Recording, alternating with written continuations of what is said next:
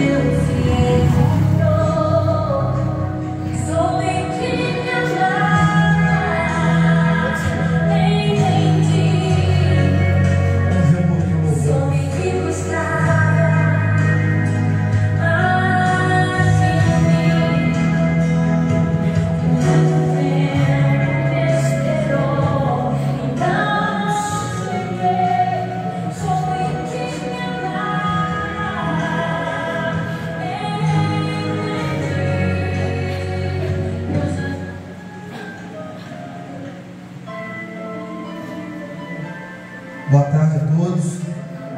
Boa tarde. Sejam bem-vindos aqui nessa casa de oração, onde a Flávia sentiu no coração dela estar aqui nesse dia de hoje, juntamente com o Leonardo, seu futuro esposo.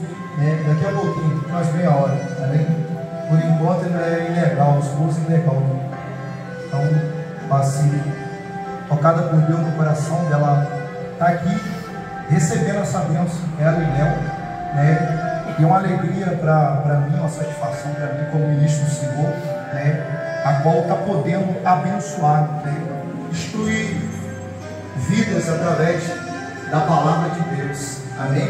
Glória a Deus, instruir através da palavra de Deus, aquilo, meus amados irmãos, que uma instituição que é projeto de Deus, amém, que é a família, A Bíblia fala desde Gênesis aqui, eu quero ler aqui uma palavra aqui, que eu vou deixar aqui uma palavra de bom agrado, uma palavra que cremos, que é do Divino Espírito Santo, pela vida, através da vida do apóstolo Paulo. Por quê? Ele é um homem que não casou. Só que tem que o mais que deixou referência na Bíblia sobre o casamento, deixou exemplo.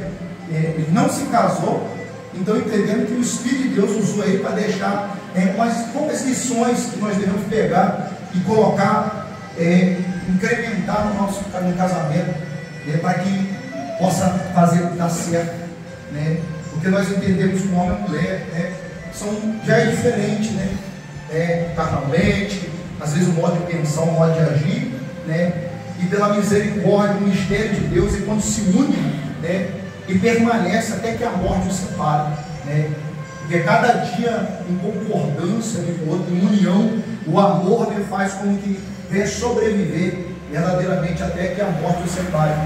E em Gênesis, o Senhor, quando foi criado os animais, em primeiro lugar, ali o homem, e o Senhor viu que todos os animais tinham sua fêmea, sua companheira, e até então ele atentou que o homem não era bom que vivesse só, porque ele viu que Adão era uma pessoa ali triste por estar só, e ali Deus decidiu fazer uma adjuntora, a qual nós entendemos que a palavra Adão foi ali anestesiado pelo Senhor, passou por um sono, e o Senhor tirou da sua costela e ali formou a mulher.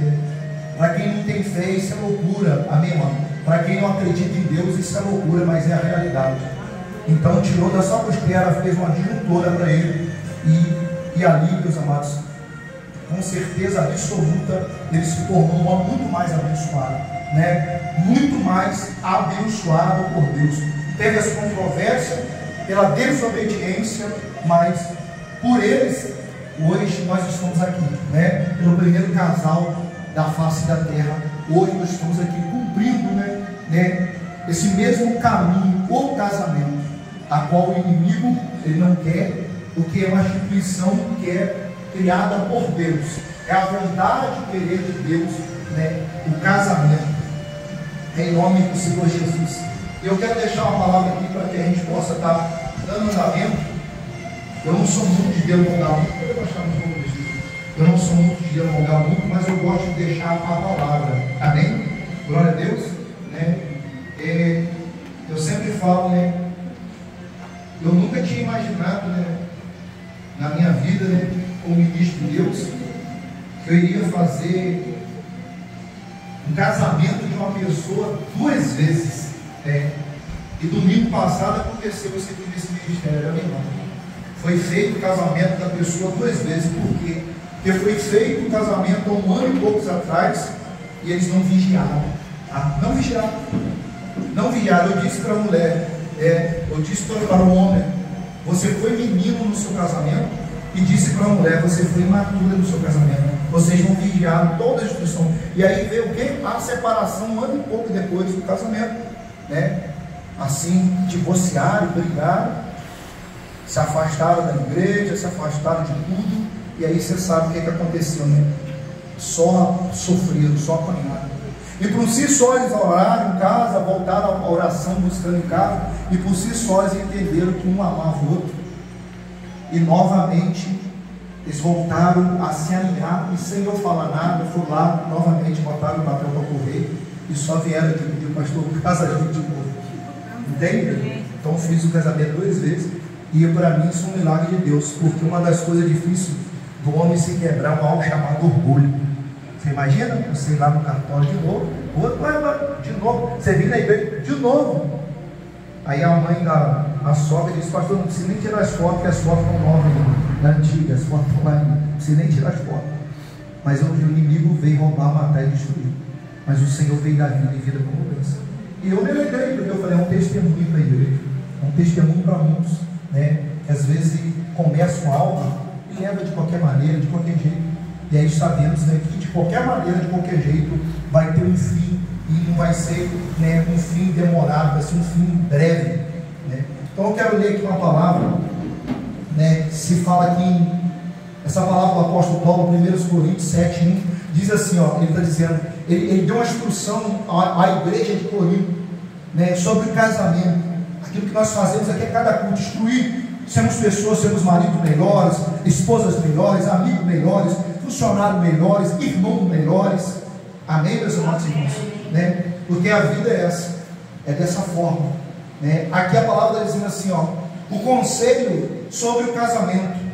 Aí está dizendo, agora vou tratar 2 assuntos a respeito dos quais vocês me escreveram. Vocês dizem que o homem faz bem em não casar, mas eu digo, já que existe tanta imoralidade sexual, cada homem deve ter a sua própria esposa, e cada mulher o seu próprio marido.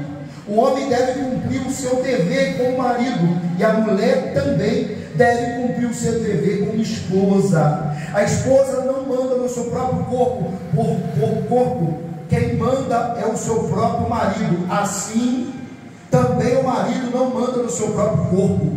Quem manda é a sua esposa. E que os dois não se neguem um ao outro, a não ser que concorde em não ter relação por algum tempo, a fim de se dedicar à oração. Mas depois devem voltar a ter relação, a fim de não caírem na tentação de Satanás, por não poderem se dominar. Amém, meus amados irmãos? Não digo isso com uma ordem, mas com uma sugestão. Amém, irmão? O apóstolo Paulo diz, não digo como uma ordem, uma sugestão, um conselho. Realmente eu gostaria que todos fossem como eu, porém cada um tem o dom que Deus lhe deu. Um tem este dom e o outro aquele dom. Ao solteiro e às viúvas eu digo que seria melhor para eles ficarem sem casar, como eu. Mas se vocês não podem dominar o desejo sexual, então case-se, pois é melhor casar do que ficar queimando de desejo. Para os que já estão casados, tem um mandamento, que não é meu, mas é do Senhor, que a mulher não se separe do seu marido. Porém, se ela se separar, que não case de novo, ou então que faça as pazes com o marido, e que o homem não se divorcie da sua esposa. Aos outros digo, eu mesmo e não o Senhor: se um homem cristão é casado com uma mulher que não é cristã, e ela concorda em continuar vivendo com ele, não se divorcie dele, não se divorcie dela. E se a mulher cristã é casada com um homem que não é cristão, ele concorda em continuar vivendo com ela, que ela não se divorcie dele. Amém, meus irmãos?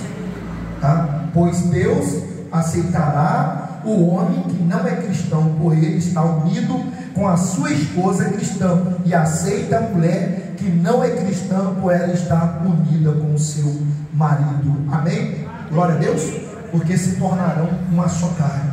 Então aqui os conceitos do apóstolo Paulo, né, que assim a mulher, né, e o homem possam lutar até as últimas forças para não haver o divórcio, né? A não ser, meus irmãos, que Jesus disse, o divórcio é permitido a não ser em caso de traição, de abominação sexual. Em caso aqui mais embaixo está dizendo, a não ser se, né, a mulher é cristã e o marido não é, e ele não aceita ela estar no presente de Deus, não te aceita, não quero, então ela tem o direito de divorciar dele e fazer da vida dela o que ela quiser. Amém? Da mesma forma o homem, né? Se o homem é cristão, né, não te aceita você no caminho do Senhor, então o Senhor está dizendo, né, larga esta mulher e faça da sua vida como você quiser. Amém? A não ser por isso. Por outro motivo, meus irmãos, ele diz luxo, porque o Senhor não concorda com o divórcio. Amém, irmão? Né? Então ele diz que aquilo que Deus uniu, o homem não separa, né? O homem não separa.